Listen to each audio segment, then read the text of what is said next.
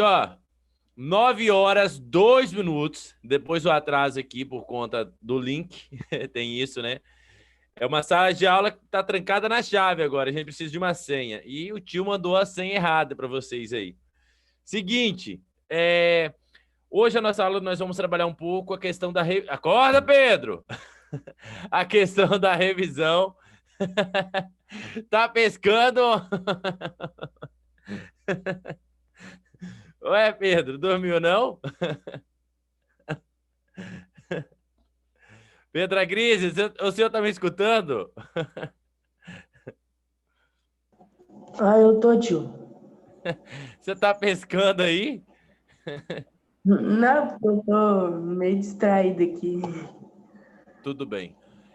Vamos lá. O que eu vou precisar de vocês? Se vocês quiserem anotar, tudo bem. Se precisar depois assistir essa aula pelo YouTube, tudo bem. A questão é, eu vou trabalhar alguns pontos específicos, porque prova, vocês sabem como é que é a tarefa, né? A questão é, eu preciso elaborar um conteúdo que vai dificultar a pesquisa depois lá pelo Braille, pelo Google. Então, tem que colocar algumas interpretações que fogem daquelas perguntas básicas que vocês vão encontrar no Google. Então, o que eu vou explicar aqui vai ser no contexto amplo. E vocês têm que interpretar ela dentro. Ligue a câmera aí. É dentro do nosso estudo. Então, o primeiro ponto que eu quero frisar com vocês aqui é a questão dos artistas franceses. Quem eram esses artistas franceses que a gente conhece tanto? E qual a importância deles? Dos artistas franceses, pessoal, o que a gente entende? Quem são e qual a importância desses artistas?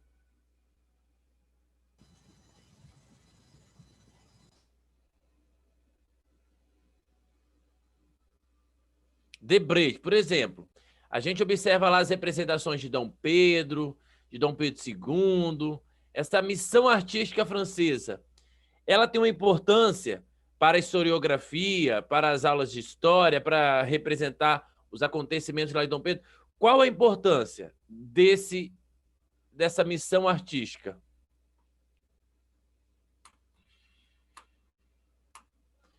Tá vendo? Então, os acontecimentos. Isso, lembrar aqui. É a mesma coisa falar assim, vou apagar, vou usar aquele poder lá do MIB. Apaguei a memória do Pedro Viçosi. É bom e é ruim. Talvez algumas coisas ruins ele acaba esquecendo, mas já pensou você esquecer tudo que você aprendeu, Pedro? Tudo que você vai vivendo assim, você vai esquecendo, vai apagando? Você aprende e esquece, aprende e esquece. Então, de certa forma, esses artistas franceses, eles tiveram a importância de quê? De deixar imortalizado a memória do Brasil. Então, eles criam por meio de artes, pinturas, quadro, o quê? Eles contam a história por meio da representação artística. Desde a independência, do golpe da maioridade. Então, a missão artística traz mais qualidade, mais variedade, mais suporte artístico no Brasil. Lógico que esses artistas, eles acabam influenciando outros artistas, tá? A gente percebe uns artistas que influenciam outros artistas. Tá ok? Então, nós estamos falando um pouco, Matheus, que chegou agora um pouco atrasado, sobre os artistas franceses que representavam. Eu não tinha historiador ali para ficar pesquisando naquela época. Então, muito das cerimônias, já que eu não tinha imprensa, o que eu fazia? Esses artistas desenhavam, eles representavam ali por meio de desenho, aí depois aqueles quadros ficavam ali, ó, nos palácios, nas casas da elite. Para quê? Para ficar contado, ó, essa foi a independência, a posse, a assinatura de independência, o golpe tal. Então, todos os acontecimentos eram narrados por meio desses artistas, ok? Vamos lá. Próxima etapa que a gente tem que debater. Vamos lá conversar um pouquinho sobre a escravidão. Como é que a gente analisa a escravidão? No primeiro período, no período de independência, e como que a gente analisa essa escravidão durante o primeiro reinado?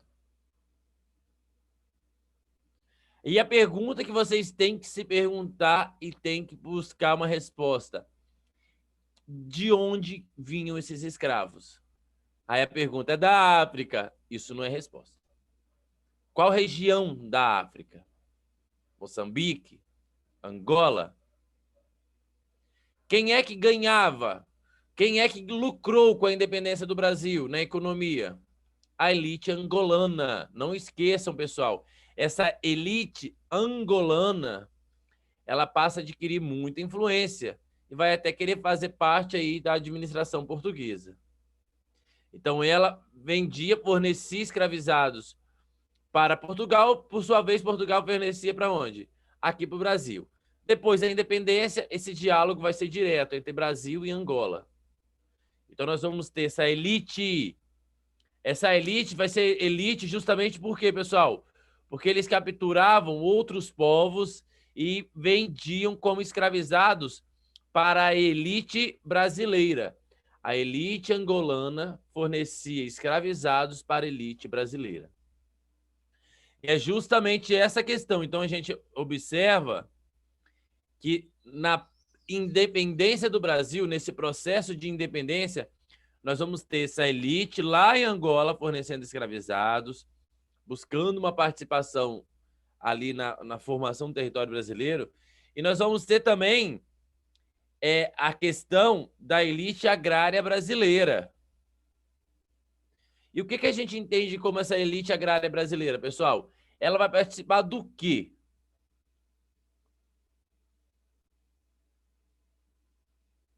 Qual a importância dos nossos estudos desde o processo de colonização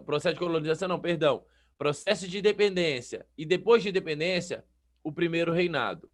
De que forma que essa elite agrária, que eu não tinha uma indústria formada nessa época, como que essa elite agrária ela vai financiar, ela vai participar desses acontecimentos? Ou não vai? Como é que vocês entendem? Ela tem interesse ou ela não tem interesse? Se ela tiver algum interesse, qual é o interesse que a gente observa dessa elite?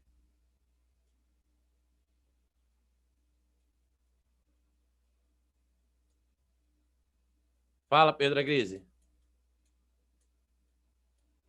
Sei não, tio. Pensa, então. A elite é quem? São os superiores? Superiores ao quê? Em algum caso, assim, depende do caso. Aí ele é superior. A elite, igual aquela série da Netflix, né? É aqueles que vão ter o quê? Maior condição, dinheiro. Já que é uma elite agrária, significa que elas vão ter o quê? Terra. Se elas têm muitas terras, quem é que vai trabalhar nessas terras?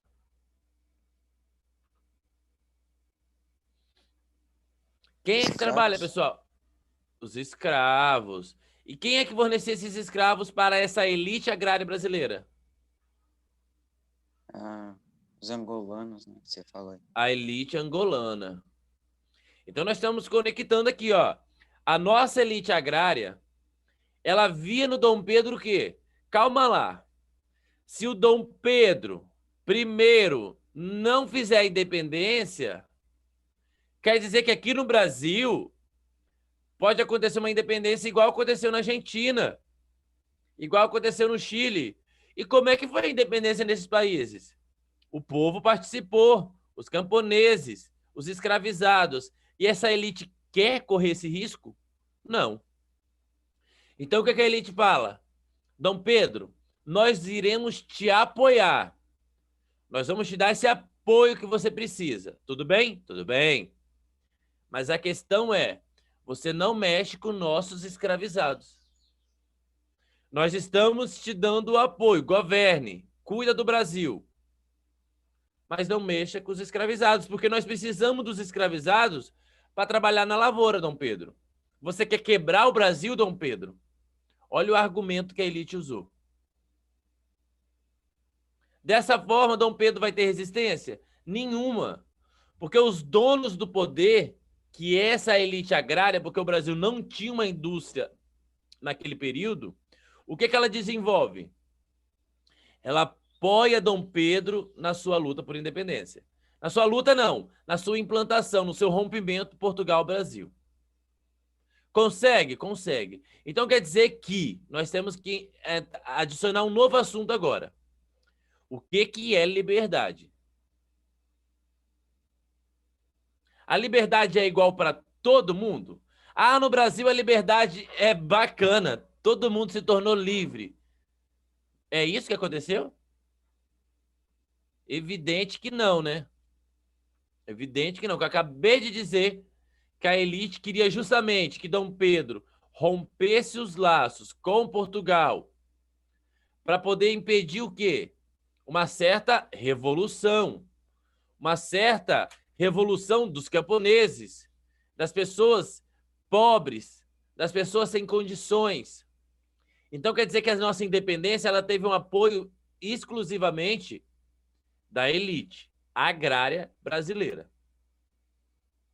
Tá ok? Tá ok. Então, vamos lá. Vamos entender mais um pouco. Então, existem 3 tipos de independência. 3 tipos de independência. Por exemplo, o Pedro Viçosi, ele é elite. O Pedro Viçosi tem muito dinheiro. E não se engane, tá, pessoal? Pessoas negras também poderiam ter escravos. Pessoas negras poderiam ser livres também. Vamos lembrar da Chica da Silva. Ela se casou com o homem mais rico de Minas Gerais e se tornou uma mulher aí, ó, que todos os filhos dela, o que ela fez? Ela colocou para estudar. Um se tornou advogado, o outro se tornou juiz, o outro se tornou padre. Chica da Silva, os filhos negros, tá? Então, todos tiveram carreiras. Então, vamos entender aqui. Nós estamos falando da independência em si. Para Pedro Viçosi, que é uma elite, ele tem uma fazenda, criador de gado, que vocês devem estar acompanhando as notícias aí, né, pessoal? O que aconteceu das reformas, tudo mais, sobre a boiada em si, que a gente até falou da pecuária. Não sei se nós falamos um pouquinho, acho, aqui. Qual é a questão em si? Como é que a gente vai entender? Pedro Viçosi, o que é liberdade para você, então? O que você entende como liberdade? O que você quer para se tornar mais livre? Pedro Viçosi. É para me responder como se eu fosse a elite. Você é a elite agrária. O que é liberdade para você? Continuar tendo escravos. Mais o quê? O que você quer? Quem é que está no seu pé?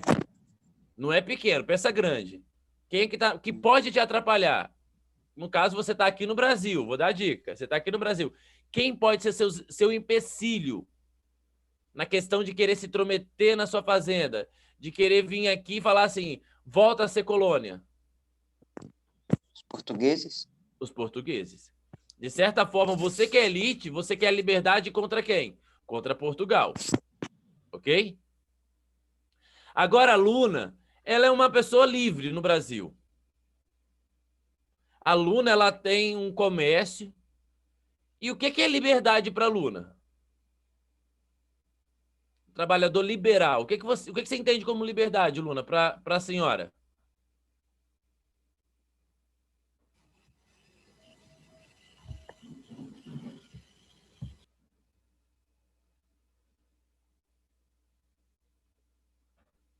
Mas quase isso, Luna. O que mais? Brincadeira, a gente não ouviu nada.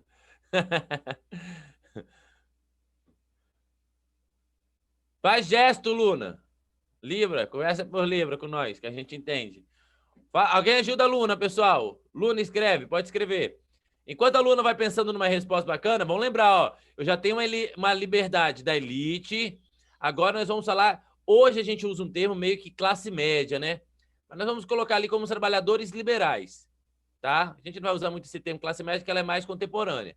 Mas então a Luna em si, enquanto ela vai pensando ali, vamos imaginar como que ela entende esse tipo de liberdade. Vamos pegar o Mateus. Mateus agora é um escravizado. Ele foi vendido, ele era um angolês, um angolano, né? Ele foi vendido pela elite angolana.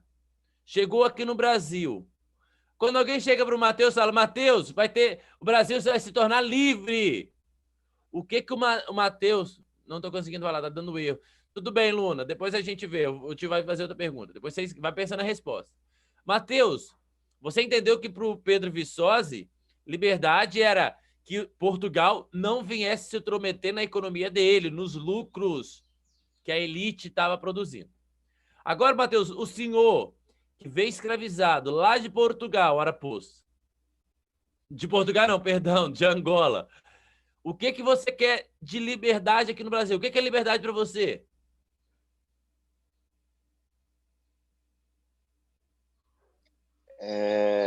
Eu poder fazer minhas coisas sem ninguém, tipo, sem eu ter meio que um dono em trás, tá ligado? Exatamente. É você deixar de ser propriedade de alguém para se tornar o quê? Livre. Então é uma escadinha. Você quer ser o que a Luna é. E a Luna quer ser o que o Pedro é. E o Pedro quer ser o quê? Dono de tudo. Cada um tem uma ideia de liberdade. O Matheus quer deixar de ser, quer ser liberto da escravidão. A Luna, que é uma classe média, que é uma trabalhadora livre, ela quer o quê? Ter a liberdade de ter o seu dinheiro, o seu lucro, a sua renda, de não poder ficar devendo, ter essa certa dependência financeira. Então, ela quer se tornar livre o quê? Financeiramente. Ela quer ter terras. Já para o Pedro Viçosi, ele quer o quê? Mais poder, pagar menos imposto. E quer ele, de certa forma, comandar o Brasil. Diga, Laísa. A Laísa vai ser o Libero Badaró, tá? O tio vai fazer o exemplo do jornalista. Aí o tio vai usar você, tá, Laísa? Vamos lá. Já vou falar do Libero Badaró já. Então, nessa questão, pessoal, sobre liberdade, quem fornecia escravizados, a elite angolana, os artistas franceses, tem alguma pergunta a ser levantada aqui? Ok. Pessoal, pode perguntar. Tudo certo? João Vitor.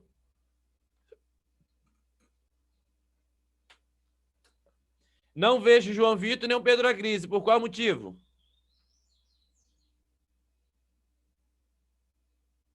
Aê, Pedro. João, show. Pedro Agrise, ué, é pisca-pisca de Natal? Ah, show de bola. Pessoal, vamos lá o seguinte.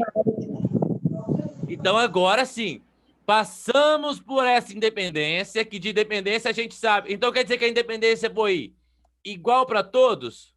Quem é que saiu ganhando nessa independência? A Luna saiu ganhando alguma coisa? Mudou alguma coisa para a Luna? Nada. Continua a mesma coisa. Mudou alguma coisa para o Matheus? Mudou, Matheus? Você se tornou livre? Acabou a escravidão no Brasil, então? A escravidão acaba em 1822. É isso, pessoal? De forma alguma, Matheus. Pelo amor de Deus, não faz uma coisa dessa, não, homem. É em 1888. Tem muita coisa ainda. Tem que proibir o tráfico negreiro de navio. Tem a briga ali com a Inglaterra. Calma, tá cedo ainda. Agora que a Angola vai querer vender mais. É agora que a Angola quer lucrar mais que a elite angolana. Então, a escravidão para Matheus não acabou, não. Mas para o Pedro Viçosi, vai ser melhor, Pedro, para o senhor? Vai. Você agora vai correr risco, vai ter perigo do Matheus se revoltar, querer lutar contra o senhor? O senhor tem mais poder. Então quer dizer que o Matheus vai ter que entrar mais na linha. Quer dizer que agora o senhor vai poder torturar, espancar, bater, matar. E era assim que era. Tá ok, pessoal? Tudo bem. Significa que o Brasil tem um líder. Não é o Vasco, pessoal. O Vasco só tá empatando. Não tá legal, Pedro Agrise, para nós. Mas o líder dessa época era quem? Dom Pedro I. O Pedro ficou até triste. Dom Pedro I, pessoal. Então ele governa fazendo o quê? Ficando ali, ô Pedro Viçosi, o que você quer que eu faça, Pedro? Fala. Então Pedro ficava ali no pé de Dom Pedro. Perturbando, ô Dom Pedro. Mas só que tinha um amigo, aqueles amigos de infância, que Dom Pedro sempre fazia o favor, sabe? Arrumava um emprego, colocava nas melhores vagas, que era quem? O João, que era um português. Esses portugueses não saíam do pé de Dom Pedro. Poxa, João chegava para Dom Pedro e falava o quê? Você vai ficar fazendo favor para Pedro? Para Pedro Viçosi, que é elite? E eu que sou português, sou da sua terra? A gente brincava lá em Lisboa, esqueceu? Então fica dois lados disputando o poder de Dom Pedro. De um lado, Pedro Viçosi, do outro, João Vitor. De um lado, os portugueses, do outro, a elite brasileira. É só isso que vai ficar ruim para Dom Pedro? Não. Dom Pedro criou uma constituição própria. Ele próprio criou uma constituição em 1824. E nela dizia o quê? Que acabou a escravidão, Mateus? Não. O que dizia nessa constituição? Nós vamos ter 4 poderes. Não está substituindo. Quer dizer que existe 1, 2, 3. E existe um outro poder, que é o poder de moderar, o poder moderador. De certa forma, Dom Pedro se torna o quê? Um ditador, um poderoso, um imperador. Porque nem os juízes, nem deputado, nem governador consegue falar: ô, Dom Pedro, faz isso aqui. Não, Dom Pedro fazia o que ele quisesse. Cadê o jornalista? Quem é o jornalista? Tem um Libero Badaró, ela ali, ó, de óculos, escutando as notícias, anotando as informações. Falava, ó, Dom Pedro não quer saber de governar, não. Dom Pedro só tá correndo o quê? Atrás de rabo de saia. Dom Pedro é mulherengo. Dom Pedro não sabe governar um Brasil. E Libero Badaró ali, ó. Só criticando, só criticando. O que ele escrevia? Lá, o que você colocava no jornal? Coisas boas de Dom Pedro? De forma alguma. Fazia aquelas caricaturas mostrando Dom Pedro feio, que não sabia governar, aquelas imagens ruins. Então, o que Dom Pedro faz? O que Dom Pedro articula? Vai dar um prêmio? Toma um prêmio para você, Lala. Esse jornalista merece um prêmio por ter me criticado. Gostei de ver. Foi isso que aconteceu, pessoal? Claro que não. Então vai ser... Lala, o seu jornalista que está aí dentro será assassinado. Morrerá. Mas depois, claro, o que acontece? Fica vagando a almazinha lá em Dom Pedro, cutucando. E a imagem de Dom Pedro, o que acontece? Assassino, cruel, sanguinário, elimina os seus opositores. Então a imagem de Dom Pedro fica péssimo. Fora que eu tenho um movimento em Portugal, dentro do reinado ali de Portugal, que Portugal, os reis de Portugal estão lá. Quem ficou foi só o filho mais velho de Dom João. O irmão mais novo foi para Portugal. A filha de Dom Pedro está em Portugal. Quem ficou no Brasil foi a Francisca, mas a Maria estava em Portugal. E o Miguel, que era tio da Maria, lá em Lisboa, o que ele quer? Ele quer governar Portugal. Ele queria ter governado o Brasil, mas não conseguiu. Vou governar Portugal. E ele tenta tirar a Maria do poder. Pensa, Portugal, lá no Rio de Janeiro, escutando que é assassino, escutando briga entre português e brasileiro e vendo a filha sofrer com um tio louco querendo tomar o poder. O que Dom Pedro faz? Quer saber? Eu quero saber mais de nada. Eu vou embora. Ele some, vai embora. Acabou. E quem é que vai dar aula se eu vou embora? O filho que tinha 5 anos. Dom Pedro, que será o segundo. Tá entendendo? Foi isso que Dom Pedro fez. Abandonou, quer dizer, ele abdicou. Tá entendendo? Eu poderia ter fechado a sala, ó. Vou fechar a sala, acabou. Não, eu deixei aqui. Significa, vai continuar reinado. Mas eu não vou governar. Mas quem vai governar? O meu filhinho, quando ele crescer. Então, nesse período, a gente vai passar para os regentes. Mas deixa o Dom Pedro ali, que ele está sendo educado. José Bonifácio está dando uma boa educação. Ele está desenvolvendo. Deixa para a prova seguinte, porque Dom Pedro II não cairá na nossa prova. A gente tem que saber até esse ponto aqui. Mas a gente tem que lembrar os motivos de Dom Pedro I abdicar. A questão da filha que está sofrendo um golpe pelo tio Miguel em Portugal, a crítica que já estava acontecendo às noites da garrafada aqui no Brasil, quando ele voltou de Minas Gerais, a crítica por ter matado Libério Badaró, a importância, né, desse jornalismo, do assassinato e da repressão que vai acontecer. Fora que Dom Pedro já tinha perdido a Cisplatina, era um território que o pai tinha conquistado e o Dom Pedro perde, que vai se tornar qual? Aquela região se torna o quê? O Uruguai. Além disso, tem outros fatores importantes, pessoal. As revoltas. Lembrar da questão do Nordeste, da Confederação do Equador, tá? Que é durante Dom Pedro. E antes, durante lá o processo de independência, nós vamos ter o quê? A Revolução de Pernambuco. Pernambuco antes, Confederação do Equador depois e futuramente a Revolta Praieira. Lá na ditadura nós vamos ter a guerrilha do Araraia, Araguaia, deixa eu ver o nome. Guerrilha do Araguaia. Então quer dizer que o Nordeste sempre vai ter revolta. Fervilha revolta naquela região. Mas a questão é independência depois de Dom Pedro I. Na independência, a elite apoiando Dom Pedro. Depois, a elite, de certa forma, criticando Dom Pedro por ser o quê?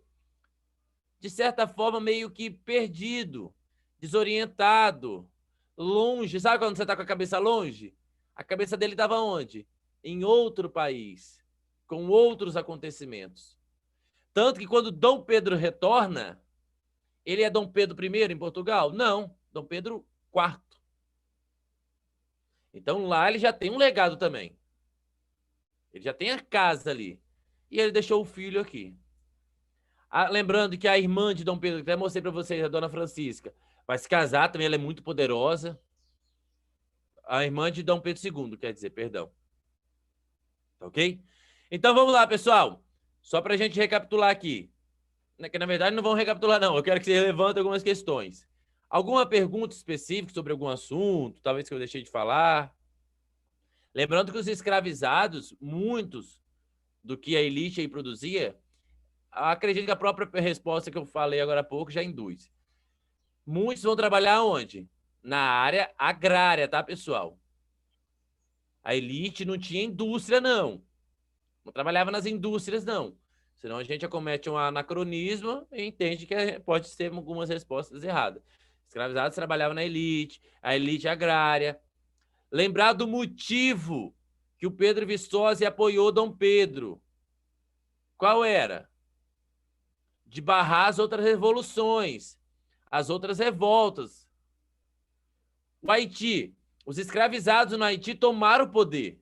Os escravizados do Haiti se uniram contra essa elite.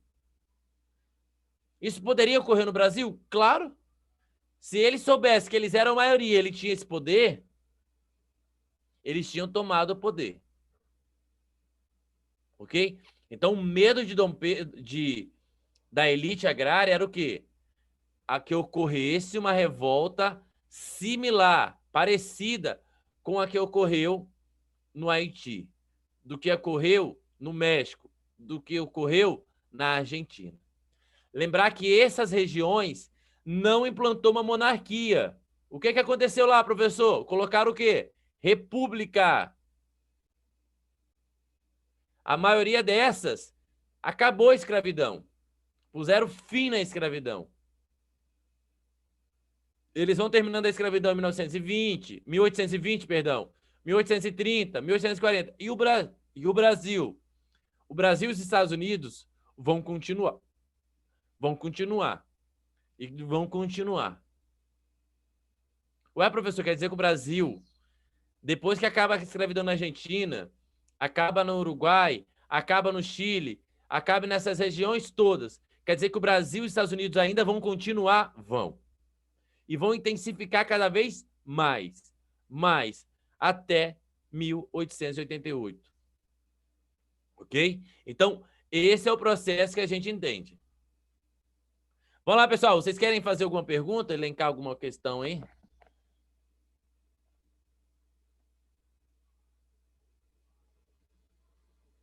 Não. Ô, Pedro. Poxa. Pessoal, vamos lá, rapidinho. Eu vou passar as mesmas orientações que eu passei para o 9º ano, mas acredito que vocês também já devam estar bem cientes. Quando vocês pegarem uma questão, eu sei que a primeira coisa que vocês vão querer fazer é, deixa eu ver se tem no Google. Aí você vai querer colar no Google.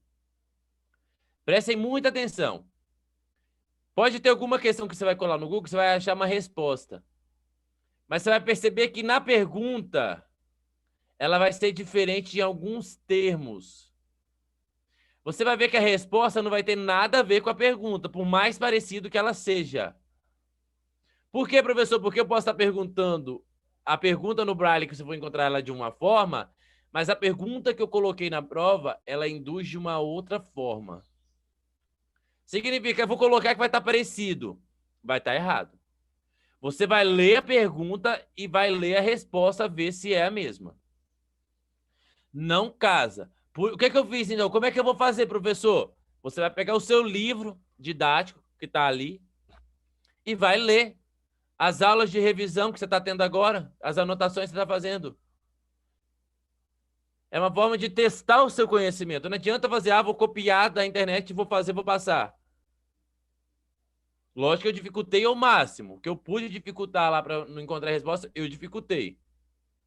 Tá? Tanto que a maioria das perguntas são coladas, pra você não poder copiar. A não ser que você for copiar textão lá. Mas mesmo assim você não encontra, porque eu adaptei as alternativas, as formas de perguntar. Um pede para você caracterizar, eu já coloquei para você de uma outra característica. Então, eu adaptei várias formas, tá bom? Então, não... É a única dica que eu vou dar. Leia o que você está escrevendo. Por mais que você veja no Ctrl+C, Ctrl+V, leia a sua resposta. Não vai colocar aquela linha tudo quebrada, não, que copiou, jogou ali, que tá tudo feio. Não. Certinho, vai copiar certinho. Tá ok, pessoal? É só uma sugestão que eu tô dando, porque na hora de corrigir eu vou ser criterioso nessa parte. Tá? De resto, eu sei que vocês vão arrasar, vão tirar uma boa prova, vão tirar uma boa nota, tá? Murilo nem escutou as dicas, mas depois vocês escutam lá pelo YouTube. Pessoal, um abraço. Eu acho que o nosso horário já deu, né? Já deu, pessoal, o nosso horário. Até amanhã, 7h10 da manhã. Amanhã a gente finaliza nessa questão e já dá sequência. Tchau, pessoal. Um abraço. Tchau. Tchau, tio. Tchau, pessoal.